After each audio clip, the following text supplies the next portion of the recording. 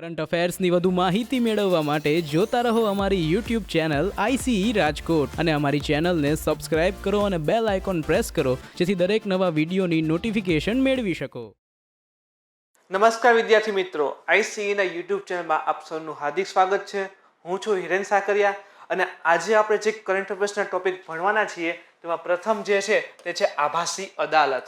બરાબર, બંધારણના 146 ના 4 બરાબર અંતર્ગત એની જોગવાઈ અથવા તો કહી શકાય કે એને લઈને વાત કરવાની છે કે 146(4) માં શું કીધેલું છે, આભાસી અદાલત કેટલા અંશે યોગ્ય છે કે નહીં. બરાબર, પછી PMMSY એટલે કે પ્રધાનમંત્રી મત્સ્ય સંપદા યોજના ઉપર વાત કરવાના છીએ. ત્રીજો જે મુદ્દો છે તે છે LAC પર જે તણાવ થઈ રહ્યો છે. મિત્રો, આપણે જાણીએ છીએ કે કેટલા સમયથી જે લાઇન ઓફ એક્ચ્યુઅલ કંટ્રોલ જે છે ભારત અને ચીન વચ્ચે જે સરહદ છે તે તણાવ છે એને લઈને 5 સૂત્રીય યોજના બરાબર છે આવેલ છે. તો એ શું છે, એમાં કઈ શું વાત કરે છે એના ઉપર ચર્ચા કરશું. અને ચોથું જે છે તે છે acquisition and cross service agreement એટલે કે લોજિસ્ટિક એગ્રીમેન્ટ જે ભારત અને જાપાન વચ્ચે થયેલો છે એના લઈને આપણે વાત કરશું. એઝ યુઝ્યુઅલ આપણે શરૂ કરીએ આપણું ડિસ્કશન એની પહેલા ગઈકાલના પ્રશ્નો. ભારતીય બંધારણ માન્યતા આપે છે, બરાબર છે. તો ઘણા બધા મિત્રો એનો સાચો જવાબ આપ્યો છે. એનો સાચો આન્સર આવે છે ધાર્મિક અને ભાષાઈ અલ્પસંખ્યકોને. મિત્રો, બંધારણના જે અનુચ્છેદ 29 અને 30 જે છે બરાબર છે એને લઈને આ જોગવાઈ છે કે જેમાં 29 અને 30 માં કીધું છે ધાર્મિક અને ભાષાઈ અલ્પસંખ્યકોને ભારતીય બંધારણથી માન્યતા આપે છે. એના પછીનો જે નેક્સ્ટ પ્રશ્ન હતો કે ભારતમાં કોઈ રાજ્યની વિધાનસભાના પરિષદ જે છે વિધાન પરિષદ બરાબર છે એના આકારને લઈને વાત હતી, જેમાં પ્રશ્નમાં કીધું હતું કે અડધાથી વધુ હોઈ શકે છે. મિત્રો, આ વાક્ય ખોટું છે, બરાબર છે. તેમાં ઓછામાં ઓછા 40 સદસ્ય અને 1/3 વિધાનસભા હોય એનાથી વધારે હોઈ શકતી નથી. બરાબર, તો પેલું વાક્ય ખોટું બને છે તો તમે એક હોય એને કાઢી નાખો. બરાબર, તો હવે તમારી પાસે માત્ર 2 ઓપ્શન વધે છે. બીજો જોઈએ તો રાજ્યપાલ છે એ રાજ્યના વિધાન પરિષદના સભાપતિની નિયુક્તિ માટે નિર્દેશિત કરે છે. તો મિત્રો, એ વાક્ય પણ ખોટું છે. સભાપતિ માટે રાજ્યપાલ છે કહી શકાય નિર્દેશિત કરતા નથી, પણ જેમ વિધાનસભા હોય બરાબર છે એમાં કેવી રીતે કે પ્રથમ સત્ર હોય અને પહેલા દિવસે સ્પીકરનું કહી શકાય ઇલેક્શન થતું હોય છે એ જ પ્રમાણે વિધાન પરિષદમાં પણ એના જે સદસ્ય હોય એ જ એના સભાપતિની નિયુક્તિ અથવા તો પસંદગી કરતા હોય છે. તો બીજું વાક્ય પણ ખોટું બને છે. માત્ર આન્સર થશે આપેલા બંને ખોટા છે. તો મિત્રો, ઘણા બધા મિત્રોના સાચા જવાબ છે તો એના ખાસ કરીને ખૂબ આભાર. બરાબર, અને જેના ખોટા પડ્યા છે એના માટે હવે કન્ફ્યુઝન સોલ્વ થઈ ગયું છે. તમારી ક્યાં નાની એવી મિસ્ટેક થઈ ગઈ હતી. તો મિત્રો, તમારા માટે ફરી પ્રશ્ન છે કે ભારતના સાંસ્કૃતિક ઇતિહાસના સંદર્ભમાં પંચાયતન બરાબર પંચાયતન શબ્દ શેના નિર્દેશ કરે છે? ઇન શોર્ટ કે આ પંચાયતન જે શબ્દ છે એ શેના માટે યુઝ થયેલો છે? એક છે ગ્રામના જે જ્યેષ્ઠ હોય એટલે કે વડીલ હોય બરાબર છે, એ વડીલ હોય મોટા વ્યક્તિ બરાબર, એની બધા વ્યક્તિઓની એક સભાની વાત છે. સેકન્ડ છે ધાર્મિક સંપ્રદાય છે પંચાયતન એટલે. ત્રીજું છે મંદિરની રચના અથવા એક પ્રકારની શૈલી છે. અને ચોથું જે છે એમાં પ્રશાસનિક અધિકારને પંચાયતન તરીકે ઓળખવામાં આવતા. તો આ પ્રકારના 4 ઓપ્શન આપેલા છે. કયું સાચું છે તમારે કોમેન્ટ કરીને જણાવવાનું છે. એના પછીનો બીજો જે પ્રશ્ન છે મિત્રો, તેમાં છે નીચેનામાંથી કઈ નદી ગોદાવરીની સહાયક નદી છે? બરાબર, તો પેલું છે વંશધારા, બીજું છે ઇન્દ્રાવતી, ત્રીજી છે પ્રાણહિતા અને ચોથી છે પેન્નાર. તો આ 4 માંથી કઈ નદીઓ છે એ ગોદાવરીની સહાયક છે તમારે કોમેન્ટ કરીને જણાવવાનું છે. ઓપ્શન તમારી સામે છે. એક જે છે એ 1, 2 અને 3 છે. ઓપ્શન બી છે એમાં 2, 3 અને 4 છે. ઓપ્શન સી માં 1, 2 અને 4 છે. અને ઓપ્શન ડી જે છે એ 2 અને 3 છે. તો મિત્રો, 4 ઓપ્શન તમારી સામે છે. એમાંથી કયો સાચો જવાબ છે એ તમારે કોમેન્ટ કરીને જણાવવાનું છે. આવતા લેક્ચરમાં ફરી હું સમજાવીશ કે સાચો આન્સર કેવી રીતે અને કયો આવે છે. તો મિત્રો, આપણું આજનું ડિસ્કશન શરૂ કરીએ. તો પહેલો જે ટોપિક છે તે છે આભાસી અદાલત. તાજેતરમાં તમે જુઓ ને તો પાર્લામેન્ટરી જે સ્ટેન્ડિંગ કમિટી ઓન પર્સોનલ, પછી આવે છે public grievance law and justice બરાબર છે. તો આ પાર્લામેન્ટરી કમિટી શું હોય છે એના ઉપર આપણે કરંટ અફેર્સના વિડીયોમાં ચર્ચા કરેલી છે મિત્રો. તો એમાંની એક કમિટી છે બરાબર છે. એના દ્વારા તમે જુઓ ને તો વિડીયો કોન્ફરન્સના માધ્યમથી, અત્યારે તો વીસી જ ચાલે છે બરાબર, કોરોનાનો કાળ હોવાથી વીસી દ્વારા જ કહી શકાય કે બધું ક્રિયાવિધિઓ ચાલે છે. તો વિડીયો કોન્ફરન્સના માધ્યમથી આભાસી અદાલત અથવા તો ન્યાયાલય દ્વારા સુનવાઈ કરવાની કાર્યપ્રણાલી ઉપર એક રિપોર્ટ પ્રસ્તુત થયો છે મિત્રો. બરાબર છે, એટલે કે આ જે કમિટી છે એ જે વીસી દ્વારા જે આભાસી અદાલત છે, બરાબર, એ શું છે હું તમને આગળ વિડીયોમાં જણાવીશ. બરાબર, બંધારણમાં ક્યાંયની જોગવાઈ છે, આઈપીસી ની બધું એમાં કઈ જોગવાઈ છે કે શું, બરાબર છે, એના વિશે પણ આપણે વાત કરશું. પણ અત્યારે યાદ રાખો કે જે આ સ્ટેન્ડિંગ કમિટી જે છે, બરાબર, પર્સોનલ પબ્લિક ગવર્નન્સ, બરાબર, લો એન્ડ જસ્ટિસ, એના પ્રમાણે તમે જુઓ તો એને વિડીયો કોન્ફરન્સ થ્રુ જે આભાસી અદાલતનો જે ન્યાય અપાય છે એના ઉપર એક રિપોર્ટ પ્રસ્તુત કરી છે. બરાબર, તો COVID-19 ની પરિસ્થિતિમાં તમે જુઓ તો સૌથી પહેલા કોઈ રિપોર્ટ પ્રસ્તુત કરવાવાળી આ પ્રથમ સંસદીય પેનલ બની છે. બરાબર, એટલે કે જે અત્યારે કોરોનાનો કાળ શરૂ થયો એના પછી જો કોઈ એવી સમિતિ હોય જેને રિપોર્ટ પ્રસ્તુત કર્યો હોય તો આ સંસદીય પેનલ જે છે, બરાબર, આપણે વાત કરી એને પ્રથમ વખત આ પ્રકારનો રિપોર્ટ પ્રસ્તુત કર્યો છે કોરોનાના કાળમાં. બરાબર, તો શું છે આગળ જોઈએ. મુખ્ય ભલામણ આપી છે એને, બરાબર, જે આ રિપોર્ટ પ્રસ્તુત કર્યો તો રિપોર્ટને આધારે જે સંસદીય પેનલ છે એને કેટલીક ભલામણો આપી છે, જેમાં એને કીધેલું છે કે COVID-19 અત્યારે તો કોરોનાનો કાળ શરૂ છે એટલે ફરજિયાત વિડીયો કોન્ફરન્સ થ્રુ જ આપણે કહી શકાય જસ્ટિસ ન્યાય આપવો પડતો હોય છે અથવા તો અદાલતની કાર્યપ્રણાલી શરૂ હોય છે. પણ COVID-19 પણ પછી પણ આ આભાસી અદાલત છે ને એને ચાલુ રાખવી જરૂરી છે. શું કામે? તો કે જો ટ્રાફિક ચલણ જે છે અથવા તો અન્ય નાના નાના અપરાધ જે હોય, ટ્રાફિક ચલણ હોય, બરાબર છે, અન્ય નાના અપરાધ છે, એના જેવા કેસ આવતા હોય તો એ આપણી જે સાદી અદાલત હોય, નિયમિત અદાલત હોય એમાં જતા હોય છે. હવે જો એના નિયમિત અદાલતમાંથી આ પ્રકારના જે કેસ જે છે એને આપણે આભાસીમાં ટ્રાન્સફર કરી દઈએ તો નિયમિત ઉપર જે ભાર હોય છે એ ઓછો થઈ જશે. એટલે શું થશે કે નિયમિત અદાલત ઉપર ભાર ઘટી ગયો તો એના જે અન્ય કેસ જે છે મર્ડરના અથવા તો કહી શકાય હાઈ પ્રોફાઇલ કેસ હોય, બરાબર, એ સોલ્વ કરી શકે. તો ઇન શોર્ટ કહી શકે કે આવા જે નાના કેસ છે, નાના અપરાધ છે, ચલણ છે, બરાબર, ટ્રાફિક ચલણ, એ બધાના કેસ જે છે એને આભાસી અદાલતમાં ટ્રાન્સફર કરવા જોઈએ. અત્યારે જે કોરોનાનો કાળ હતો ને મિત્રો એમાં આ રીતે ચાલુ હતું. તો આ રિપોર્ટની ભલામણ છે કે કોરોના પછી પણ આ રીતે ચાલુ રાખવું જોઈએ. અને આપણે જાણીએ છીએ કે હાઈકોર્ટ હોય, સુપ્રીમ કોર્ટ હોય અથવા તો કોઈ પણ, બરાબર, ડિસ્ટ્રિક્ટ લેવલની કોર્ટ હોય, એમાં લાખો હજારો કરોડોની સંખ્યામાં મિત્રો કેસ પેન્ડિંગ પડ્યા છે. બરાબર, કે ઓલો મૂવીમાં પણ આવે છે ને તારીખ પે તારીખ પે તારીખ, બરાબર, તો એ ન થાય એના માટે આભાસી અદાલત છે ખૂબ સારો કન્સેપ્ટ સાબિત થઈ શકે એમ છે. તેના કાર્યાન્વિત કરવા માટે વિશેષ રૂપથી જિલ્લા અદાલત જે ડિસ્ટ્રિક્ટ લેવલની કોર્ટ હોય, બરાબર છે, એનો મૂળભૂત જે ઢાંચો જે છે એને ઉન્નત બનાવવાની જરૂરિયાત છે. હવે આભાસી અદાલત છે એટલે કે એવું તો નથી કે સેન્ટ્રલ લેવલે સુપ્રીમ કોર્ટની હારે આવી ગઈ, એવું કંઈ નથી, એકદમ લો લેવલે છે. બરાબર, જે આ ટ્રાફિક ચલણ ને નાના નાના અપરાધ હોય એના માટેની છે. તો ડિસ્ટ્રિક્ટ કોર્ટ હોય, બરાબર છે, એનો જે ઢાંચો છે, બરાબર, એને થોડુંક ઉન્નત એટલે ખૂબ સારું બનાવી, વ્યવસ્થિત બનાવી અને એના અંતર્ગત અથવા તો એની સાથે આ શરૂ કરી શકાય છે.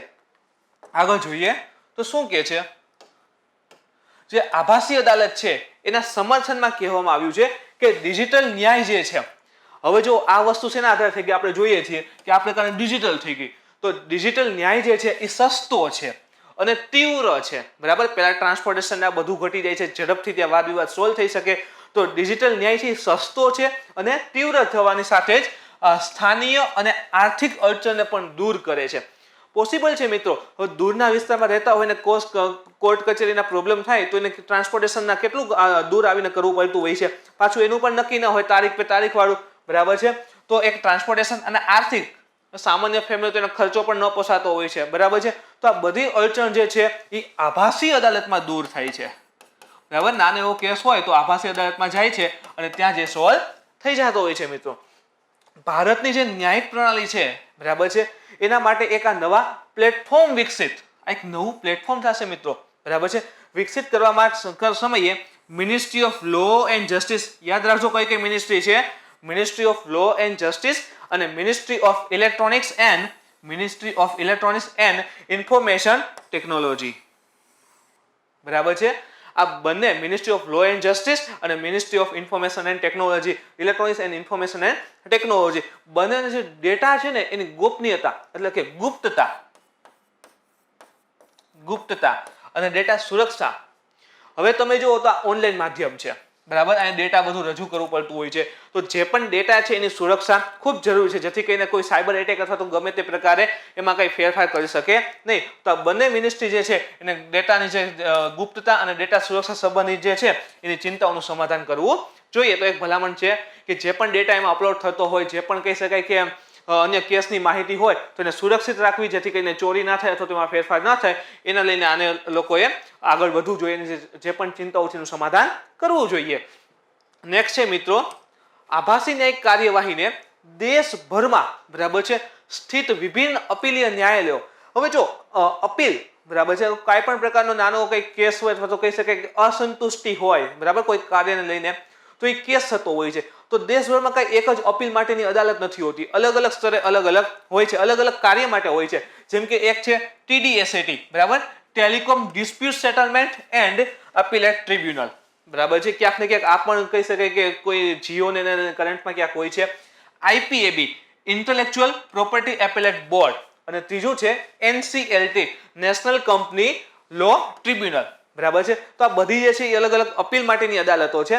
તો વગેરેમાં સ્થાયી રૂપે એટલે કન્ટિન્યુઅસલી એવું નહીં કે ચલો કોરોના છે તો એટલા માટે હતું, હવે શું કહે છે ભલામણમાં કહે છે કે એને સ્થાયી રૂપે જ અપનાવવું જોઈએ. કોને? આભાસી અદાલતને. તો આ તો 3 એક્ઝામ્પલ છે, TDSAT છે, IPAB છે અને NCLT છે. આ તો 3 એક કહી શકાય કે અપીલ માટેની એક્ઝામ્પલ આપીએ છે. તો ભારતમાં આ માટેની અપીલ માટેની જેટલી પણ અલગ અલગ સ્તરે અદાલતો હોય મિત્રો બરાબર છે, બધાની અંદર આ આભાસી જે ન્યાયિક કાર્યવાહી છે, આભાસી અદાલત જે છે એને પરમનન્ટ સ્થાન આપવાની જરૂરિયાત ઊભી થઈ રહી હોય એવું લાગે છે, જેમાં પક્ષ અને અધિવક્તાની વ્યક્તિગત રીતે બરાબર ઉપસ્થિતિની આવશ્યકતા હોતી નથી. હવે આભાસી અદાલત છે તો જરૂર નથી કે કોઈ વ્યક્તિ ત્યાં જ આભાસી અદાલત હોય તો શું કહેવાય કે કોઈ વ્યક્તિ ધારો કે દૂર જે છે બરાબર અથવા કોઈ કારણોસર હાજર થઈ શકતો નથી, તો એના માટે સારામાં સારું પ્લેટફોર્મ થશે, કારણ કે ત્યાં એને હાજરી આપવાની જરૂર નથી. તે ઓનલાઈન માધ્યમ થ્રુ એને કહી શકાય કેસ સોલ્વ કરવા માટે મદદ કરી શકે છે.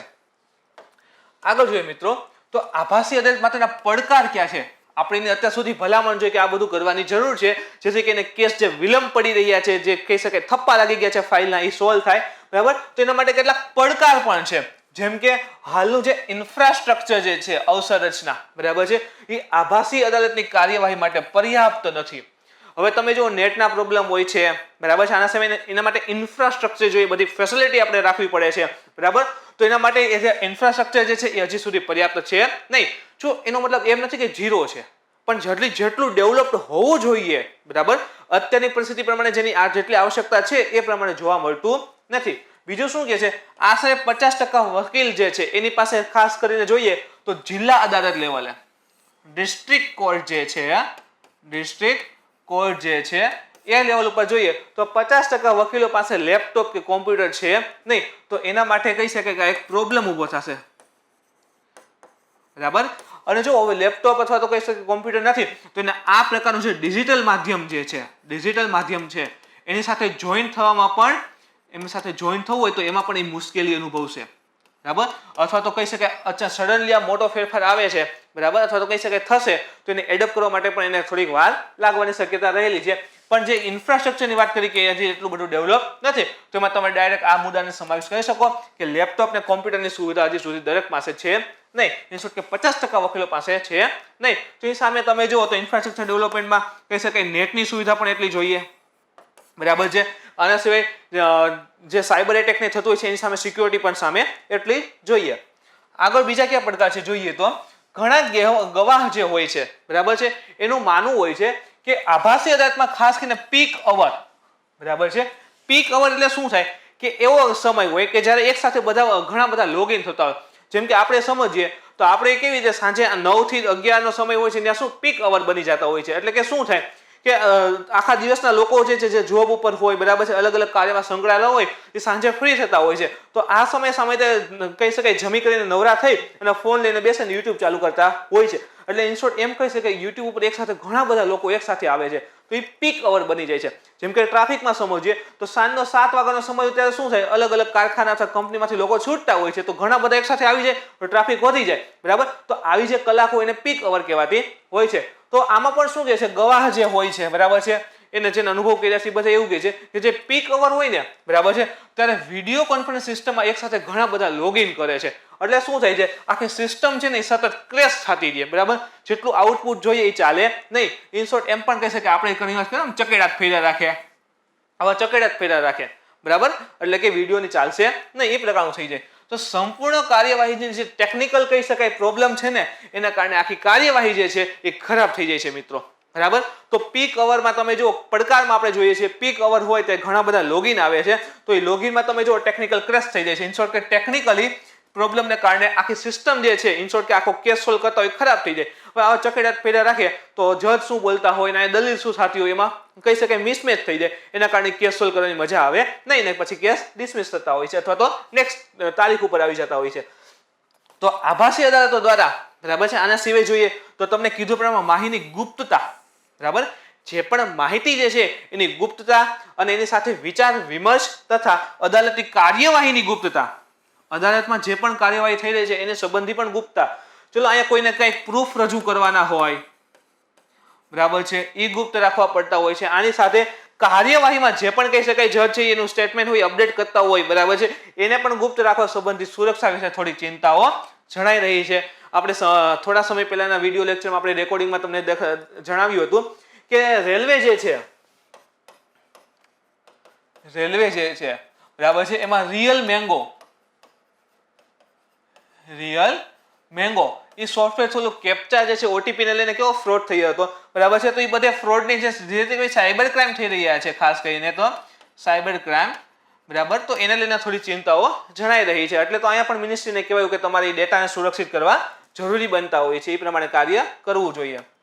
આગળ જોઈએ મિત્રો આભાસી અદાલત એટલે શું. અત્યાર સુધી આપણે વાત કરી કે આભાસી અદાલતમાં પડકાર શું છે ફાયદા શું છે કઈ મિનિસ્ટ્રી દ્વારા રજૂ થશે બધું જ બરાબર. પણ આભાસી અદાલત એટલે શું તો કે તે એક વર્ચ્યુઅલ કોર્ટ્સ છે બરાબર છે. યાદ રાખો તે એક વર્ચ્યુઅલ કોર્ટ્સ છે અને એક એવો ખ્યાલ છે કે જેનો ઉદ્દેશ્ય જે છે બરાબર એક વર્ચ્યુઅલ કોર્ટ છે અને એનો ઉદ્દેશ્ય જે છે તે શું છે અદાલતમાં વાદી અથવા તો જે વકીલ હોય બરાબર છે અથવા તો વકીલ જે છે એની ઉપસ્થિતિને સમાપ્ત કરવી બરાબર.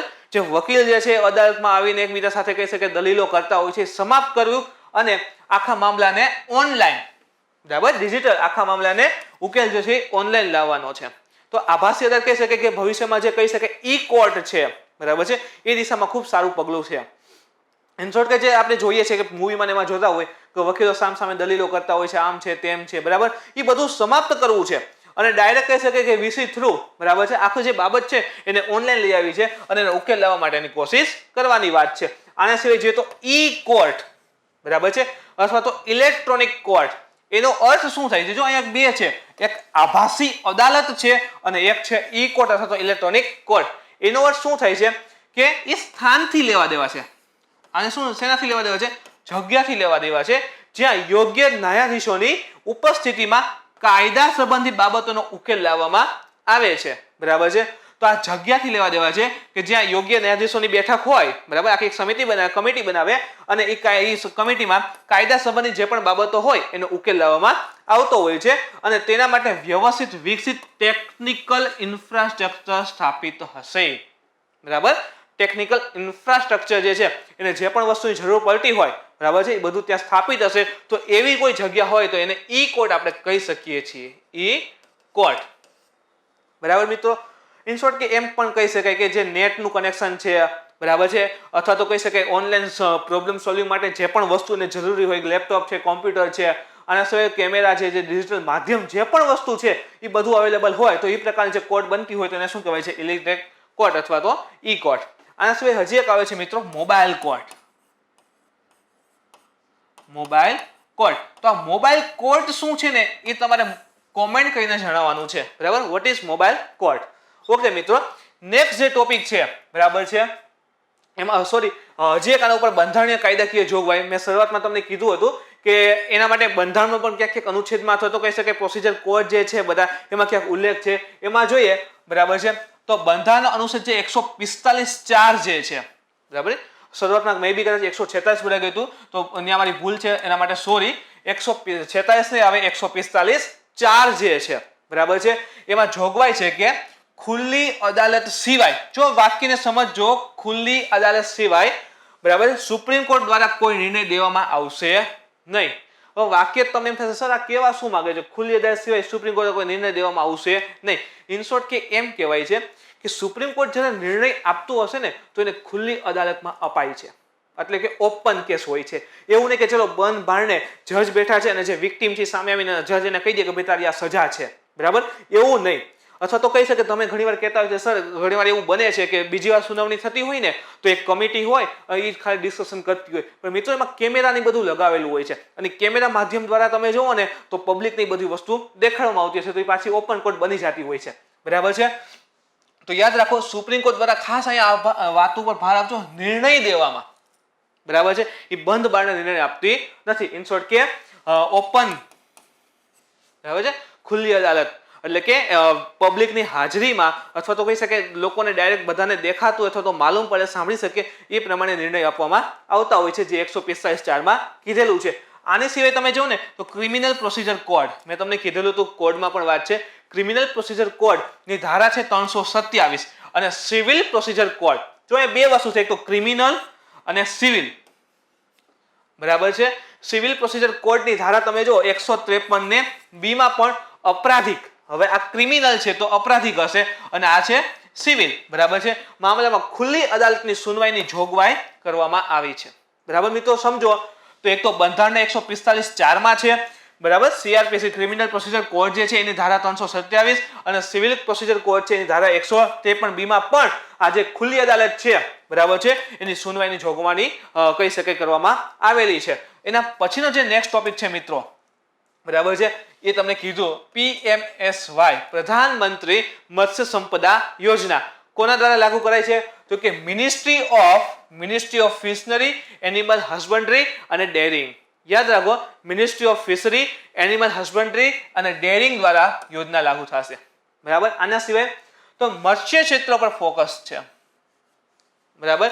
મત્સ્ય ક્ષેત્રને કેન્દ્રિત એક સતત વિકાસ, સસ્ટેનેબલ ડેવલપમેન્ટ, ટકાઉ વિકાસ.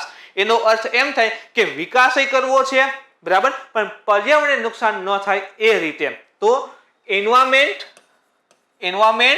અને ઇકોનોમી બંનેને બેલેન્સ રાખીને એક તરફ એન્વાયરમેન્ટને બેસાડો અને એક તરફ ઇકોનોમી એટલે પૈસાને બેસાડો, તો બંનેને બેલેન્સ રાખીને વિકાસ કરવો, બરાબર છે, એનો જ અર્થ થાય છે મિત્રો સસ્ટેનેબલ, બરાબર, ટકાઉ. તો એના અંતર્ગતની યોજના છે જેને આત્મનિર્ભર ભારત, બરાબર, અત્યારે જો એ દિશામાં આપણે ખૂબ આગળ વધી રહ્યા છીએ. આત્મનિર્ભર ભારતની અંદર તમે જો તો 2021-22 જે ફાઇનાન્શિયલ યર છે ત્યાંથી લઈને 2024-25 નું જે ફાઇનાન્શિયલ યર, એટલે કે આશરે 5 વર્ષ માટેનો આ પ્લાન છે, બરાબર, જે દરેક રાજ્યો અને કેન્દ્ર શાસિત પ્રદેશમાં લાગુ પડશે. તો કયા ફાઇનાન્શિયલ યર? તો 2021, બરાબર છે, 22 ફાઇનાન્શિયલ યર છે ત્યાંથી લઈને 2024-25 નું ફાઇનાન્શિયલ યર છે એની વચ્ચે, બરાબર છે, દરેક રાજ્યની યુટીમાં લાગુ કરવામાં આવશે. કઈ યોજના? પ્રધાનમંત્રી મત્સ્ય સંપદા યોજના, જે સતત વિકાસની યોજના છે, બરાબર, એટલે કે સસ્ટેનેબલ ડેવલપમેન્ટ લઈને યોજના છે. નેક્સ્ટ જોઈએ તો યોજના પ્રમાણે આશરે કેટલા કરોડ? તો કે 20,050 કરોડ. કેટલા છે? 20,050 કરોડનું રોકાણ કરવામાં આવશે, બરાબર. તો ખૂબ મોટું કહી શકાય અને અત્યાર સુધી મત્સ્ય ક્ષેત્રમાં આ સૌથી મોટું રોકાણ પણ છે. કેટલા કરોડનું? 20,050 કરોડનું અત્યાર સુધીનું સૌથી મોટું મત્સ્ય ક્ષેત્રની અંદર. જો અહીંયા સ્પેશિયલી ઉલ્લેખ છે મત્સ્ય ક્ષેત્રમાં, બરાબર છે, થવાવાળું સૌથી મોટું રોકાણ પણ છે, જેમાંથી 12,340, તો 20,050 છે એમાંથી 12,340 કરોડ રૂપિયા જે છે, બરાબર છે, એનું રોકાણ સમુદ્રી અંતર્દેશીય મત્સ્યપાલન. સમુદ્રી એટલે આપણે જાણીએ છીએ કે આ રીતે આપણે ભારત ડ્રો કરીએ, બરાબર છે, આ રીતે આપણે ભારત ડ્રો કરીએ તો આસપાસ જે આપણે સમુદ્ર વિસ્તાર છે, બરાબર, આખો સમુદ્ર વિસ્તાર છે એમાં જે પણ મત્સ્યને લઈને આપણે ગતિવિધિ કરતા હોય એ. આના સિવાય અંતર્દેશીય એટલે કે દેશના અંદરના ભાગમાં જે નદીઓ સરોવર હોય છે તે ભાગ, બરાબર છે, અને જલીય કૃષિ. હવે તમને પ્રશ્ન કે જલીય કૃષિ શું હોય છે, બરાબર. તો જે મત્સ્ય પાલન કરીએ છીએ ને માછલીનું ઉત્પાદન, બરાબર છે, એ જલીય કૃષિ કહેવાય છે. ખાસ કરીને તમે જો તો વેસ્ટ બેંગાલ હોય તો ત્યાં તમે જુઓ તો આ રીતે ઘર છે, બરાબર, તો ઘરની પાછળ જ નાનું એવું સરોવર જેવું તળાવ બનાવે અને એમાં મત્સ્ય પાલન એવું થતું હોય છે, બરાબર. તો એક પ્રકારની જલીય કૃષિ કહી શકાય છે. તો જલીય કૃષિમાં સમાવેશ થશે. આના સિવાય તમે જો ઝીંગાની કૃષિ થતી હોય, બરાબર, જે આપણે ગુજરાતમાં જ થાય છે, બરાબર. તો જલીય કૃષિમાં લાભાર્થી કેન્દ્રિત કાર્યો, તો જો 20,050 કરોડ છે એમાંથી 12,340 જે કરોડ છે એ આ બધા કાર્યક્ષેત્રમાં, અને બાકીના જે 7,710 એટલે કે બાકીના જે 7,710 કરોડ જે છે,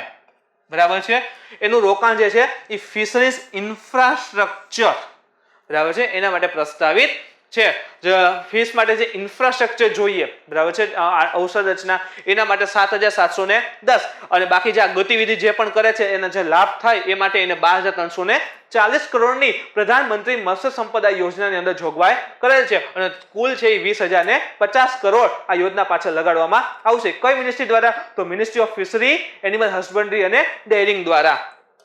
આગળ જોઈએ મિત્રો, લક્ષ્ય શું છે બરાબર? જે પ્રધાનમંત્રી મત્સ્ય સંપદા યોજના છે એટલે કે PMMSY બરાબર છે, આ યોજનાના લક્ષ્ય શું છે? તો 2024-25 ની જે સાલ આવે ત્યાં સુધીમાં મત્સ્ય ઉત્પાદનમાં 70 લાખ ટનનો વધારો કરવો છે. જો એવું નથી કીધું કે 70 લાખ ટન કરવું છે, પણ એટલો અત્યારે જે ઉત્પાદન છે એમાં હજી 70 લાખ ટનનો વધારો કરવો છે. બીજું લક્ષ્ય શું છે? 2024-25 સુધી મત્સ્ય નિકાસથી થવાવાળી આવક બરાબર છે.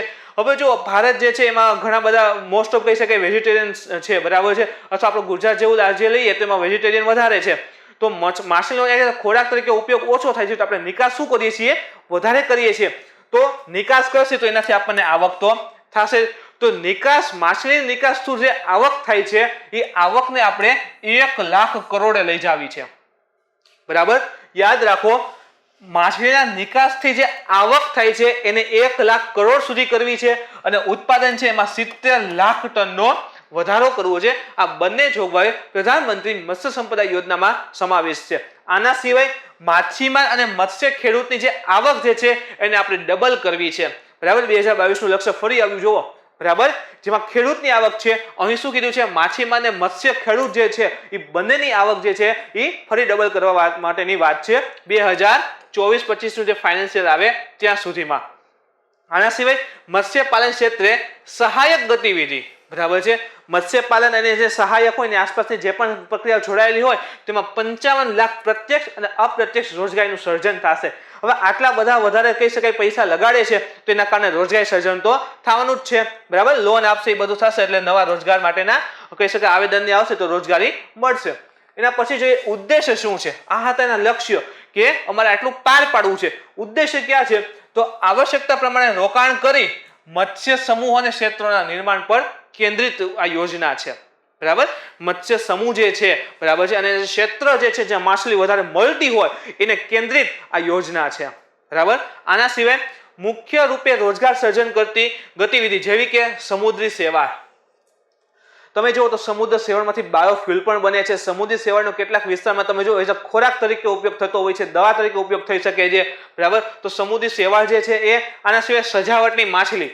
હવે એમ થાય કે આ કેવી માછલી? તો મિત્રો આપણી ઘરે જે કહી શકાય કે ફિશ હાઉસ, માછલી ઘર બરાબર છે એ હોય છે. એમ આપણે કઈ કલરની રંગબેરંગી મનમોહિલી એવી માછલી રાખતા હોઈએ તો બરાબર છે એને સજાવટની માછલી કહેવાય છે બરાબર છે. એની ખેતી પર વિશેષ ધ્યાન દેવામાં આવશે. એટલે કે શું કરે કે એની ખેતી કરે એનો મતલબ એમ નથી કે એને લગાડવા જમીન ઉપર વાવવાનું છે. એનો મતલબ એમ થાય કે એને આર્ટિફિશિયલ બ્રીડિંગ કરાવી અને એનું જે સંખ્યા જે છે એમાં વધારો કરવો બરાબર. તો એ શું કહેવાશે? એની ખેતી થશે અને એની સંખ્યા વધશે તો એ વેચીને એનાથી પૈસા એને મળી શકે છે અથવા તો એ માછલી જે છે એને એક્સપોર્ટ કરીને પણ પૈસા કામી શકે છે. તો તેની આવક જે છે એ ડબલ થવાની શક્યતા રહેલી છે. તો આવા ક્ષેત્રો પર પણ એ ભાર આપશે. આના સિવાય તમે જુઓ હજી બરાબર છે તે માછલીની ગુણવત્તાવાળી પ્રજાતિનો નસ્લો હવે જે અલગ અલગ નસ્લ હોય એની બરાબર છે, અલગ અલગ જાત હોય બરાબર છે એ તૈયાર કરશે ગુણવત્તાવાળી પ્રજાતિ. હવે જો ઘણી વખત એમ થાય કે માછલીનું જે કોડ લીવર ઓઇલ છે એ કામનું હોય છે. ઘણીવાર એવું થાય કે એનું જે માંસ હોય છે એ અલગ અલગ પ્રકારે ગુણવત્તાવાળું હોય છે, ખાવામાં આવતું હોય છે. અલગ અલગ માછલીની કિંમત પણ અલગ અલગ હોય છે એની જે કહી શકાય એના બોડીમાં પોષક તત્વો પોષણ જે છે બરાબર પ્રોટીન હાજર છે એના લીધે. તો અલગ અલગ ગુણવત્તાવાળી પ્રજાતિની નસ્લ તૈયાર કરવામાં આવશે અને તેને વિભિન્ન પ્રજાતિઓને વિકસિત કરવા પર વિશેષ ધ્યાન કેન્દ્રિત કરવામાં આવશે. એટલે કે આર્ટિફિશિયલ બ્રીડિંગ કરાવીને જે કહી શકાય ગુણવત્તા વધારે હોય એ પ્રકારની માછલી પણ ડેવલપ કરવામાં આવશે. બ્લુ રેવોલ્યુશન બરાબર છે, બ્લુ ક્રાંતિ જે સમુદ્રને લઈને ક્રાંતિ છે બરાબર છે, ઇન શોર્ટ કે માછલીને લઈને બરાબર છે. એની ઉપલબ્ધિને સશક્ત કરવાનો ઉદ્દેશ્ય બ્લુ રેવોલ્યુશનમાં જે પણ આપણે ઉદ્દેશ્ય રાખ્યા હતા એને હજી મજબૂતાઈ મળે એની અંદર એના માટે પણ આ યોજના લાગુ પાડી શકાશે. એમાં જોઈએ ને તો માછલી પકડવાના જે જહાજ હોય બરાબર છે એનો વીમો ઘણીવાર એવું થતું હોય જહાજ છે કોઈ કારણસર ડૂબી જતા હોય છે અથવા ચોરાઈ જાય, બરાબર છે, તો એના માટેનો વીમો મળે. આના સિવાય જો માછલી પકડવા જહાજ જે હોય, બરાબર છે, ઇન શોર્ટ કે માછલી પકડવા જે ઝાડ ને બધું હોય એને અપગ્રેડ કરવું ધીરે ધીરે, એ જહાજને અપગ્રેડ કરવા માટે સહાય આપવામાં આવશે. તો એના માટે જો એને જહાજ જે છે, શિપ જે છે, નાવ જે છે સારી થાય તો એ માછલીનું ઉત્પાદનને સારું કરી શકે છે. હવે તમને એમ થાય કે અપગ્રેડ કરે એટલે શું થાય? ધારો કે એક જહાજ હોય, આપણે જોઈએ, ધારો કે એક જહાજ છે, બરાબર છે, આ રીતે એક જહાજ છે. હવે શું થાય? ધારો કે આ જહાજ છે 5 દિવસ ફિશિંગ માટે દરિયામાં જાય છે. હવે આની પાસે જો ફ્રીજની એવી સુવિધા ન હોય ને તો શું થાય? ધીરે ધીરે માછલી પછી બગડવા માંડે. એના બદલે જો એને મોટું અહીંયા કોલ્ડ સ્ટોરેજ આપી દેવામાં આવે, મોટું ફ્રીજ આપી દેવામાં આવે, કોલ્ડ સ્ટોરેજ એક, બરાબર, તો એ શું કરશે? માછલી પકડીને એમાં નાખશે તો એને લાંબા સમય સુધી સાચવી શકાશે. તો એ 5 ને બદલે 10 દિવસ ફિશિંગ કરશે અને કહી શકાય કે એની આવકમાં વધારો થશે, બરાબર છે. તો એની જે માછલી રાખવાની જે કેપેસિટી હોય છે એને વધારે કેપેસિટી બિલ્ડિંગ ઇમ્પ્રુવમેન્ટ કરવું અથવા તો એના માટે જે ઇન્ફ્રાસ્ટ્રક્ચર છે ડેવલપ, બરાબર, બોટમાં તમે જુઓ તો આ બધા આ પ્રકારની સુવિધા એને આપવી જરૂરી બને છે. તો એને માટે એને સહાય આપવામાં આવશે. બાયો ટોયલેટ છે, બરાબર, ક્ષારીય ક્ષેત્રમાં જલકૃષિ એટલે કે દરિયાઈ ક્ષેત્રની અંદર જે અમુક વિસ્તારો જે માછલી વધારે મળતી હોય છે તો એના એ ક્ષેત્રો પર ફોકસ કરવું. અને ઈ ટ્રેડિંગ, બરાબર છે, તમે જો ઇલેક્ટ્રોનિક ટ્રેડિંગ, બરાબર છે, તો એના ઉપર પણ ભાર આપવામાં આવશે. તો વગેરે વસ્તુ જે છે બ્લુ રેવોલ્યુશન દ્વારા, બરાબર, PMMSY નો સમાવેશ કરી લીધી છે. ઇન શોર્ટ કે એમ કહી શકાય કે માછલીને લઈને એક પણ ક્ષેત્ર બાકી રાખ્યું નથી. હજી આગળ જોઈએ મિત્રો એમાં જ તો મત્સ્યપાલન સેન્ટરથી સંબંધિત અન્ય ઉદ્ઘાટન, બરાબર છે. પ્રધાનમંત્રી નરેન્દ્ર મોદી દ્વારા આ જે યોજના છે PMMSY, બરાબર છે, એનો ડિજિટલ શુભારંભ કર્યો હતો, ડિજિટલ રીતે શુભારંભ કર્યો હતો. તો એની સાથે તમે જો કેટલીક અન્ય યોજના પણ લાગુ પડાઈ હતી, ખાસ કરીને બિહારમાં એમાં લાગુ કરાઈ હતી. તો પહેલી જે છે એ છે ઇક્વાટિક ડિઝીઝ રેફરલ પ્રયોગશાળા. માછલીને જે અલગ અલગ રોગ થતા હોય છે, બરાબર છે, અને પાણીમાં કદાચ એવું છે કે કોઈ વાયરસ ને એવું ફેલાતું હોય છે, જમીનની નીચે આવેલી છે એ બગડતી હોય છે, તો એ બધાને ધ્યાનમાં રાખી અથવા તો એના માટે જે પણ પ્રોબ્લેમ છે એ સોલ્વ કરવા અને એનું પરીક્ષણ કરવું, બરાબર છે, એ આ યોજનામાં સમાવેશ છે, બરાબર. તો યાદ રાખો માછલીના રોગ નિદાન, બરાબર, પાણી અને માટીનું પરીક્ષણ સુવિધા ઉપલબ્ધ, બરાબર છે, ઇક્વેટિક ડિઝીઝ રેફરલ પ્રયોગશાળામાં સમાવેશ હશે. એના પછી તમે જાઓ તો ઈ ગોપાલ એપ આનો ખાસ ઉલ્લેખ કરે છે. PMMSY અને ઈ ગોપાલ એપ બંનેનો ઉલ્લેખ સાથે કરે છે. ખેડૂતોના પ્રત્યક્ષ ઉપયોગ માટે એક સમગ્ર નસ્લ સુધાર, બરાબર છે, નસ્લ જે આખી હોય એની, બરાબર છે, એ સુધાર. આના સિવાય તમે જો તો બજાર અને સૂચના, બરાબર છે, એના માટેનું આ પોર્ટલ છે. હવે તમે જો ખેડૂતને એનું જે રસીકરણ હોય છે, ગાયો ભેંસને ગાયો ભેંસને એના માટે રસીકરણની સુવિધા હોય છે અને કોઈ રોગ થાય તો યોગ્ય સમયને સારવાર આપવાની હોય છે, બરાબર છે, બ્રીડિંગ, બરાબર છે, તો એ બધાને લઈને એ બધી માહિતી ઉપલબ્ધ કરતું આ પોર્ટલ છે, બરાબર, કે કહી શકાય ગાય ભેંસને કયા સમયે કઈ રસીઓ આપવી જોઈએ, એનો બ્રીડિંગ સમય યોગ્ય કયો કહી શકાય, બરાબર, કેટલા સમય દરમિયાન હોવું જોઈએ, તો એ બધી માહિતી જે છે એ ગોપાલ એપ ઉપર મળી રહેશે. એના પછી તમે જુઓ તો એક છે સિમેન્ટ સ્ટેશન પણ બનાવાયું છે બિહારના પૂર્ણિયામાં. યાદ રાખજો, બિહારના પૂર્ણિયામાં રાષ્ટ્રીય ગોકુલ મિશન. આ મિશન શું છે ને મિત્રો એ તમારે કોમેન્ટ કરવાનું છે, બરાબર, ક્યારે શરૂ થયું હતું, શું છે. તો રાષ્ટ્રીય ગોકુલ મિશન અંતર્ગત બિહારના પૂર્ણિયા ખાતે તમે જુઓ, બરાબર છે, તો સિમેન્ટ સ્ટેશનની સ્થાપના કરાય છે. એના પછી તમે જુઓ તો IVF, બરાબર, ઇન વિટ્રો ફર્ટિલાઇઝેશન, બરાબર, એના સેન્ટરની પણ શરૂઆત થઈ છે. દેશમાં કુલ 30 ETT અને IVF લેબ સ્થાપિત કરાઈ રહી છે અલગ અલગ જગ્યાએ. આવું લક્ષ્ય પણ એનું છે. તો તમે જુઓ તો PMMSY સાથે આ બધી અલગ અલગ જે અન્ય સેન્ટરને જે છે યોજનાઓ જે છે એનું પણ ઉદ્ઘાટન પ્રધાનમંત્રી નરેન્દ્ર મોદી દ્વારા ડિજિટલ રીતે કરાયું હતું, બરાબર મિત્રો. તો આને પણ યાદ રાખજો, સાથે કદાચ પોસિબલ છે 1-2 વાક્ય આના પૂછે ને 1 વાક્ય આ રીતે કોઈ અલગ યોજનાનું બનાવીને પૂછી લે તો આપણે એનો જવાબ આપવા માટે સક્ષમ હોઈએ. એના પછી જે નેક્સ્ટ ટોપિક છે તે છે LAC પરના તણાવ માટે 5 સૂત્રીય કાર્યક્રમ, બરાબર. શું છે તો ભારત અને ચીનના જે વિદેશ મંત્રી રશિયામાં આયોજિત જે હતી સંઘાઈ કોઓપરેશન ઓર્ગેનાઇઝેશન, બરાબર છે, SCO, બરાબર છે, વિદેશ મંત્રીઓની બેઠક હોય છે, બરાબર. હવે SCO છે એમાં બધા વિદેશ જેટલા દેશ સમાવેશ છે એઝ અ મેમ્બર કન્ટ્રી, બરાબર, એ બધાના વિદેશ મંત્રી બેસતા અને ચર્ચા કરે. પણ એમાં ખાસ કરીને તમે જુઓ તો આ વખતે એક દ્વિપક્ષીય બેઠક થઈ હતી, બરાબર. દ્વિપક્ષીય એટલે 2 જણા કોણ બેઠા હતા એમાં? ઇન્ડિયા અને ચાઇનાના વિદેશ મંત્રી બેસી અને જે LAC ઉપર તણાવ રહેલો છે કેટલાક મહિનોથી એના ઉપર વાતચીત કરી હતી. તો SCO મીટિંગ તો થઈ હતી પણ અલગ દ્વિપક્ષીય મીટિંગ પણ એને કરી હતી. શું 5 સૂત્રીય કાર્યક્રમ છે? તો મતભેદનો વિવાદ ન બનવા દેવા, જે પણ મતભેદ છે, બરાબર, કે ચીન એમ કે છે અમારે આ રીતે હોવું જોઈએ, ભારત એમ કે છે ના એમ નહીં ચાલે, તો એ જે મતભેદ છે ને એને સીમા ઉપર ટ્રાન્સફર ન કરવા, ત્યાં વિવાદ બનીને ન ઉભરી આવવો જોઈએ, બરાબર. એને મતભેદની રીતે કે આ જે કહી શકાય ડિસ્પ્યુટ જે છે એને સોલ્વ કરવા માટે કોશિશ કરવી જોઈએ, એને વિવાદ બનાવવો દેવો નહીં. એના પછી જે છે બોર્ડર પરથી સેનાને પાછી હટાવી, બરાબર. તો ધીરે ધીરે બંને સેનાઓ છે ખૂબ આગળ આવી ગઈ છે, બોર્ડર ઉપર આમને સામને ખડી છે, બરાબર, ઊભી છે. તો ધીરે ધીરે હવે એને પાછી હટાવવાની માટેની વાત કરી છે. જો અહીંયા ખાલી એટલું કીધું છે પાછી હટાવી, બરાબર. યાદ રાખજો, હું તમને ખાસ કહું છું પાછી હટાવી લખ્યું છે કારણ કે આને લઈને ભારત પાછો નવો પક્ષ આપવાનું છે, બરાબર. પાછી હટાવવા પર વાત કરી છે. ભારત ચીન સીમા પ્રોટોકોલનું પાલન કરવું, બરાબર. મેં તમને કીધું હતું કે કેટલાક પ્રોટોકોલ છે, જેમ કે 1993 એક્ટ છે, બરાબર, 1996 છે, 2005 નો જે છે સંધિ છે, તો એ પ્રમાણે જે પણ પ્રોટોકોલ છે બંને દેશોએ સામસામે પાલન કરવું જોઈએ. અને ચોથું શું કહે છે, સંવાદ ચાલુ રાખવા, એટલે કે શું કહે છે, સીમાથી જોડાયેલા વિશેષ મુદ્દા ઉપર, બરાબર, જે LAC છે, લાઇન ઓફ એકચ્યુઅલ કંટ્રોલ જે છે, બરાબર છે, એની સાથે જોડાયેલા જે વિશેષ મુદ્દા હોય એના પ્રતિનિધિ, એટલે કે ખાસ કરીને આપણે નેશનલ સિક્યોરિટી એડવાઇઝર, બરાબર, અજીત ડોભાલ જે છે તે અને ચીનના જે વિદેશ મંત્રી છે એ બંને વચ્ચે તમે જુઓ તો સંવાદ થવા જરૂરી છે. જે પણ ઇસ્યુ હોય તો આ બંને દ્વારા સોલ્વ કરવામાં આવે, એને બોર્ડર ઉપર સૈનિકો વચ્ચે ટ્રાન્સફર કરવાની જરૂર રહેતી નથી, બરાબર છે. તો ચાલુ રાખવાથી સહમતિ વ્યક્ત કરી છે આ 5 સૂત્રીય કાર્યક્રમની અંદર.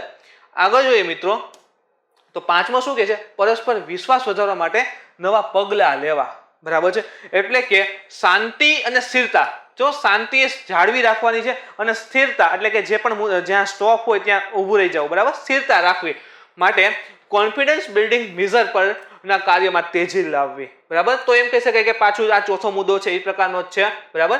પરસ્પર વિશ્વાસ વધારવો, કે બંને દેશ સામસામે એકબીજા ઉપર વિશ્વાસ રાખે જેથી કરીને કોન્ફ્લિક્ટ જે થતા હોય છે એ થોડા ઓછા થાય. તો મિત્રો આ હતો એનો 5 સૂત્રીય યોજના વિશે. હવે એમાં જો ભારતનો પક્ષ શું છે, બરાબર. SCOની મીટિંગ જે રશિયામાં થઈ હતી, બરાબર, એમાં દ્વિપક્ષીય મીટિંગ કરી સ્પેશિયલી ભારતના વિદેશ મંત્રી એસ જયશંકર ને ચીનના વિદેશ મંત્રીએ, બરાબર છે. તો એ દરમિયાન 5 સૂત્રીય કાર્યક્રમ છે, પણ ભારતની સામે એક પક્ષ રાખ્યો છે. શું છે કે વિદેશ મંત્રી દ્વારા LAC પર ભારે સંખ્યામાં ચીની સૈનિકો તથા ચીની ઉપકરણોની હાજરી પર ચિંતા વ્યક્ત કરી. હવે જો આપણે વાત કરી હતી બ્લેક ટોપ જે છે, બરાબર છે, ચીને એના ઉપકરણો લાવી દીધા હતા, બરાબર, કેમેરા બધું રાખી દીધું હતું જે ભારતીય આર્મીએ તોડી નાખ્યું છે, બરાબર. તો LAC ઉપર તમે જુઓ તો આ પ્રકારના ભારે સંખ્યામાં ચીની સૈનિકો તથા ચીની ઉપકરણોની હાજરી ઉપર ચિંતા વ્યક્ત કરી છે. તમે શા માટે લઈ આવ્યો છો, તમે ટેન્ક ત્યાં શા માટે રાખી, બરાબર, તમે શું કામ ત્યાં મિસાઇલ રાખી છે. સેકન્ડ થિંગ, હવે 1993 જે 1996 ના જે કરાર હતા, બરાબર છે, એનું ઉલ્લંઘન પણ જણાવ્યું છે. હવે મેં તમને લાસ્ટ લેક્ચરમાં ઇનશોર્ટ કે આગલા લેક્ચર કરંટમાં આપણે જ્યારે ભણ્યા હતા ત્યારે ચીન ઉપર કહી શકાય LAC ઉપર જે ગોળીબાર થયો હતો ત્યારે મેં આ બંને કરાર 1993, 1996 અને 2005, બરાબર છે, એ ત્રણેય વિશે થોડો ઘણો ઇન્ફોર્મેશન આપી હતી. જેમાં કહ્યું હતું 1993 જે છે, બરાબર છે, એ આ વિસ્તારમાં શાંતિ અને સ્થિરતા બનાવવા ઉપર વાત આપે છે. અને 1996 જે છે, બરાબર, એ LAC નજીકના ક્ષેત્રમાં તમે જો તો ભારે, બરાબર છે, જે પણ આર્મ્સ હોય, હથિયાર જે છે એને રોકે છે. ઇનશોર્ટ કે બોમ્બનું પરીક્ષણ નહીં કરવાનું, બરાબર છે, મિસાઇલ નહીં લઈ આવવાની. તો આ પ્રકારના જે છે એ બંને કરાર થયેલા છે. તો ભારત એમ કહે છે કે તમે LAC ઉપર બધું લઈ આવ્યા છો તો જે કરાર છે એનું પણ તમે ઉલ્લંઘન કરી રહ્યા છો. તો આ ભારતનો પક્ષ છે, બરાબર. આગળ જોઈએ હજી મિત્રો, તો શું કહે છે, ભારતીય પક્ષે સ્પષ્ટ કર્યું છે કે સીમા પર પૂર્વના બધા કરારના પાલનની ઉમ્મીદ કરે છે. ભારત શું કહે છે કે જે 1996, બરાબર, 1993, 2005 જે છે એના કરાર જે છે ભારત એવી ઉમ્મીદ કરે છે કે ચીન એ બધા કરારને માને, બરાબર છે. આના સિવાય સીમા પર યથાસ્થિતિ બદલવામાં કોઈ પણ એક તરફી પ્રયાસને ભારત દ્વારા સમર્થન અપાશે નહીં. એટલે કે કાલે ઉઠીને ચીન એમ કહે કે અમે કોઈ પણ પ્રકારનો જે કરાર છે તોડ્યો નથી, છતાં તમારી જે ભારતીય આર્મી છે એ LAC પાસે આવી ગઈ છે, હવે એક કામ કરો, તમે આર્મીને પાછી જવા દો, અમે ત્યાં રહેશું. તો આવો એક તરફી જે પક્ષ છે, બરાબર, કે એક જ દેશે માનવાનું, તો ભારત આવી વાતને ક્યારેય સમર્થન આપશે નહીં. જે પણ થશે, જે પણ વાત થશે એ બંનેના સૈન્યને લઈને થશે. કાલે ઉઠીને ચીન એમ કે તમે તમારા સૈનિક છે બંદૂક લઈને આવ્યા છે, એને કયો બંદૂક મૂકી દે અને પછી વાત કરે, તો એ પોસિબલ નથી. શું કામે કે ચીનના સૈનિક પણ બંદૂક લઈને આવ્યા છે. હવે બંને તરફ વાત કરવી તો બંને સૈનિકોને કયો બંદૂક મૂકીને આવે, બરાબર. તો ભારત એમ કે છે જે પણ વાત કરવી બંને લેવલ ઉપર કરવાની, માત્ર એક તરફી હશે, બરાબર છે, તો એને અમે સમર્થન આપશું નહીં. આના સિવાય પડકાર શું છે, આપણે કીધું તો ખરા 5 વસ્તુ છે, બરાબર, 5 યોજના. એના માટે પડકાર શું છે કે બંને દેશો વચ્ચે એપ્રિલમાં છે, એપ્રિલથી તમે જુઓ તો સતત ચાલી રહ્યું છે, બરાબર છે. તો જે ગતિરોધ જે સ્ટેન્ડ ઓફ છે એની પહેલાની સ્થિતિ, બરાબર છે, સ્ટેટસ કો, બરાબર, અથવા તો પેલીના મોરચા ઉપર પાછું જવા ઉપર વાત નથી કરી. અહીંયા એમ કીધું, જોવો તમે, મેં તમને કીધું હતું કે પાછી હટાવવી, બરાબર છે. તો આ LAC હોય ત્યાંથી બંને દેશોએ પાછી હટાવ ઉપર વાત કરી છે, પણ શું પેલાની જે સ્થિતિ હતી ત્યાં જવું છે? કારણ કે તમે જુઓ ને તો આમાંથી કેટલાક જે કહી શકાય આપણી આર્મીના દળ આવ્યા હતા ને, આર્મી કેમ્પ, બરાબર છે, એની મૂળ જગ્યાએથી 25 થી 30 કિલોમીટર આગળ આવી ગયા છે, બરાબર, હજી તણાવ થયો હતો એટલે. તો શું પાછી હટાવી છે, પણ એમ નથી કીધું કે એનો જે પહેલાનો મોરચો છે ને ત્યાં જવાનું છે. તો મિત્રો આ વસ્તુને યાદ રાખજો, બરાબર, કે પાછી હટાવ ઉપર ખાલી વાત કરી છે. ભારતને ચીનથી યોંગત્સો, બરાબર છે, પોંગોત્સો લેક છે તે, ડેપસાંગ અને LAC પર અન્ય ભાગ પર અતિક્રમણ કરેલી જે પણ જગ્યાઓ છે એના ઉપર પાછા હટવા માટે પણ કંઈ કીધેલું નથી. જોવો શું કીધું છે. આપણે જાણીએ છીએ પોંગોત્સો લેક, બરાબર છે, પછી આ ડેપસાંગ છે, LAC ના અન્ય ભાગ છે, તે ચીની સૈનિકો ખૂબ અંદર બાજુ આવી ગયા છે. તો ભારતે આખા કરારમાં ક્યાંય એમ નથી કીધું, આખી વાતમાં એમ નથી કીધું કે આ જગ્યા ખાલી કરીને તમે પાછા વયા જાઓ. ખાલી એટલી વાત થઈ છે બોર્ડર ઉપરથી પાછું હટવું, પણ એવું નથી કીધું કે આ બધી જગ્યાઓ પર તમે જે ઘૂસણખોરી કરી છે એ છોડીને પાછા જતા રહો, બરાબર. તો આ બધી પણ વાત થયેલી છે, યાદ રાખજો. આની સાથે માત્ર આ 5 સૂત્રીય યોજના છે એટલી યાદ ન રાખતા, એની સાથે જે પણ પડકાર રહેલા છે, ભારતીય પક્ષ શું છે એને પણ યાદ રાખજો. એના પછીનો મિત્રો જે નેક્સ્ટ ટોપિક છે તે છે acquisition and cross service agreement, બરાબર, જે ભારત અને જાપાન વચ્ચે થયેલો છે, ACSA, બરાબર, ભારત અને જાપાન વચ્ચે થયેલો છે. શું છે તો કે આર્મ ફોર્સિસ વચ્ચે એક લોજિસ્ટિક, બરાબર છે, એગ્રીમેન્ટ છે. હવે લોજિસ્ટિક એટલે વસ્તુ સમજો, બરાબર છે. તો ભારત અને જાપાન જે આર્મ ફોર્સિસ હોય, બરાબર છે, એની વચ્ચે લોજિસ્ટિક એક્સચેન્જ માટેનો એક કહી શકાય કરાર થયેલો છે. આ પ્રકારનો ભારતનો ક્રોસ સર્વિસ એગ્રીમેન્ટ શું ભારતે પ્રથમવાર જાપાન સાથે કર્યો, ઇન્સ્ટેડ કે ભારત પ્રથમ વખત એવું કર્યું કે કોઈ દેશ સાથે એને આ પ્રકારનો લોજિસ્ટિક એગ્રીમેન્ટ કર્યું હોય? તો મિત્રો અહીંયા ના પાડજો, બરાબર છે. પ્રશ્ન આવે કે શું આ પ્રથમ કરાર હતો કે ના, ભારતે ઓલરેડી આવા તમે જુઓ ને તો USA છે, ઓસ્ટ્રેલિયા છે, ફ્રાન્સ છે, ઓમાન છે, બરાબર છે, સિંગાપોર છે, આ દેશો સાથે પણ લોજિસ્ટિક એક્સચેન્જને લઈને આ પ્રકારના કરાર કરેલા છે. તો જાપાન એમાં નવું સમાવેશ થયું છે, પણ ભારતનો પ્રથમ કરાર નથી. જાપાન સાથે પ્રથમ કહી શકાય, પણ ભારતનો પ્રથમ ન કહી શકાય, બરાબર. તો બેમાં તફાવત છે, યાદ રાખજો, બરાબર, કે ભારત અને જાપાન વચ્ચે થયો છે, ભારત અને જાપાન વચ્ચે આપેલો લોજિસ્ટિક એગ્રીમેન્ટ છે. આગળ જોઈએ એ દિશામાં મિત્રો, તો આ એગ્રીમેન્ટમાં તમે જુઓ ને તો આમ અને ઇમ્યુનાઇઝેશન, બરાબર છે, એની વાત નથી. એટલે કે એવી વાત નથી કરી કે જાપાન પાસે જો કોઈ સાવ ન્યુક્લિયર બોમ્બ હોય તો ભારતને આપે, બરાબર. ભારત પાસે કઈ હમણાં નવી સુપર હાઇપરસોનિક તમે જો મિસાઇલ ડેવલપ કરવા પર જઈ રહ્યા છે તો આપણે જાપાનને આપી, એવી આમને લઈને વાત નથી કરવાની, બરાબર. ખાલી ને ખાલી તમે જુઓ તો ફૂડ છે, ટ્રાન્સપોર્ટેશન છે, વોટર છે, પછી કોઈ વ્યક્તિની એરલિફ્ટ હોય, પેટ્રોલિયમ જે છે, બરાબર છે, ક્લોથિંગ છે, મેડિકલ સર્વિસ, કમ્યુનિકેશન વગેરે વિષયો પર કેન્દ્રિત છે. એટલે કે સપોઝ કે કાલે ઉઠીને આપણું કોઈ જહાજ જે છે, બરાબર, સપોઝ કે બે દેશ વચ્ચે એક્સરસાઇઝ થતી હોય ત્યાં ક્ષેત્રમાં, બરાબર, જાઓ તો સાઉથ ચાઇના સીની અંદર આપણે અથવા તો જાપાનનો સી છે, બરાબર, ત્યાં કોઈ બંને દેશો દ્વારા એક્સરસાઇઝ થતી હોય અને ધારો કે ભારતીય જહાજ છે એને કંઈક પેટ્રોલિયમને લઈને પ્રોબ્લેમ આવે છે, તો જાપાન દ્વારા એને મદદ આપવામાં આવે. મેડિકલ સર્વિસની જરૂર છે તો જાપાન દ્વારા એને મેડિકલ સર્વિસ આપવામાં આવે, બરાબર. ટ્રાન્સપોર્ટેશનની જરૂર છે અથવા ફૂડની જરૂર છે આપણે સૈનિકોને, બરાબર, તો એ જાપાન દ્વારા પૂરી પાડવામાં આવે. તો આ પ્રકારનો લોજિસ્ટિક એગ્રીમેન્ટ છે, બરાબર. યાદ રાખજો, લોજિસ્ટિક છે, આમને લઈને નથી કે ચલો હથિયારની ટ્રાન્સફર, ટેકનોલોજી ટ્રાન્સફર એવી વસ્તુ નથી, બધી આ પ્રકારની વસ્તુ એમાં સમાવેશ હોય છે.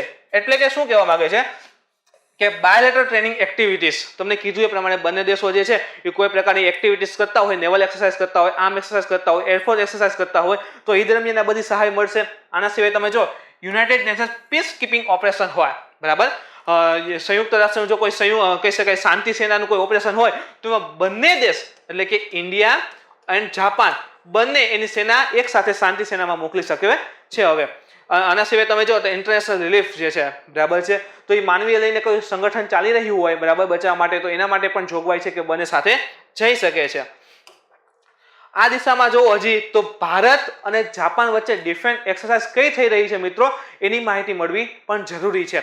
તો એક છે એનું નામ છે જીમેક્સ, બરાબર, જીમેક્સ. તો એ શું છે? એક પ્રકારની ભારત અને જાપાન વચ્ચે નેવલ એક્સરસાઇઝ છે.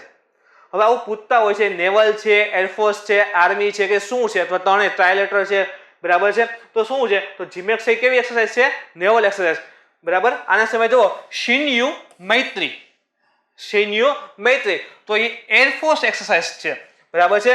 ધર્મા ગાર્ડિયન તો એ મિલિટરી એક્સરસાઇઝ છે ભારત અને જાપાન વચ્ચે, અને એક છે માલાબાર એક્સરસાઇઝ તો એ યુએસએ, જાપાન અને ભારત ત્રણેય વચ્ચે તમે જુઓ તો એક ટ્રાયલેટરલ એક્સરસાઇઝ છે, નોટ બાયલેટરલ, ટ્રાયલેટરલ. શું કામ આમાં યુએસ પણ સમાવેશ છે? તો યાદ રાખો ભારત અને જાપાન જે પણ એક્સરસાઇઝમાં સાથે સમાવિષ્ટ હોય તો એ આ 4 પ્રકારની એક્સરસાઇઝ છે. તો મિત્રો બરાબર, આના વિશે હજી તમને એક જણાવી દઉં તો આજે આપણે કરાર કર્યો છે, બરાબર છે, લોજિસ્ટિક એગ્રીમેન્ટ તમે જુઓ તો એ આશરે 10 વર્ષ માટે લાગુ હોય છે, 10 વર્ષ સુધી રહેતો હોય છે, બરાબર. હવે આગળ રિન્યુ કરવો ન કરવો, હવે એને કદાચ 10 વર્ષ પછી જાપાન એમ થાય કે હવે મારે આગળ નથી વધારવું તો એ ત્યાં સ્ટોપ કરી શકે છે, અને જો એ એમ નહીં કહે કે અમારે આગળ નથી વધારવો તો ત્યાંથી ફરી રિન્યુ થઈ જાય છે, બરાબર, ફરી ત્યાંથી રિન્યુ થઈ જાય. તો યાદ રાખો 10 વર્ષ માટેનો હોય છે, અને જો એને કરારમાંથી દૂર થવું હોય તો જાણ કરવી પડે છે અથવા તો દૂર થઈ શકે છે, પણ જો આવું પ્રકારનું કંઈ એક્ટિવિટી ન થાય તો ઓટોમેટિક આ કરાર છે પાછો 10 વર્ષ માટે રિન્યુ થઈ જતો હોય છે. તો મિત્રો આ હતું આજનું કરંટ અફેર્સ, બરાબર છે. આજના મુદ્દામાં જો તમને કોઈ પણ પ્રકારની ક્વેરી હોય, પ્રશ્ન હોય તો તમે મને જણાવી શકો છો. ઘણા મિત્રોની કોમેન્ટ હતી કે સર જીપીએસસીમાં કેટલા મહિનાનું કરંટ કરવું જોઈએ? તો મિત્રો એના માટે જણાવી દો, કરંટની આમ જુઓ તો કોઈ લિમિટ જ નથી હોતી, પણ તમે 1.5 વર્ષનું કરંટ કરો ને તો તમારી જે સિક્યોરિટી છે ને આન્સરને લઈને, બરાબર, પ્રશ્ન પેપરને લઈને તો એ ખૂબ વધી જાય છે. કારણ કે 1.5 વર્ષમાં તમે જો તો એકબીજા સાથે કમ્પેરિઝન કરી શકો છો. પોસિબલ છે કે ગયા વખતનો બજેટ અને આ વખતના બજેટને લઈને કમ્પેરિઝન આવે તો તમે 1.5 વર્ષનું કરેલું હોય ને તો મિત્રો તમને વધારે ફાયદો થાય છે. તો હું એટલું માનું છું કે જીપીએસસી આપણે જો ખૂબ સારા માર્ક સાથે, હું એમ નથી કહેતો પાસ કરવી છે, હું એમ કહું છું તમારે ટોપ કરવી હોય તો, બરાબર છે. તો તમે જીપીએસસી માટે ખાસ તમે જો તો 1.5 વર્ષનું કરંટ કરો, જેથી તમારો પીટી નો પોઈન્ટ ઓફ વ્યૂ પણ સારો રહે, અને જ્યારે મેન્સનો આન્સર લખો છો, બરાબર છે, તો ત્યારે કમ્પેરિઝન કરવામાં પણ તમને સરળતા રહેશે અને ખૂબ સારા માર્ક આવી શકે છે, બરાબર. તો મિત્રો આજનો વિડીયો જો તમને ગમ્યો હોય તો લાઈક કરો, શેર કરો અને તમારા મિત્રો સુધી પહોંચાડવા માટે કોશિશ કરો. કાલે ફરી મળીશું નવા ટોપિક સાથે. Thank you.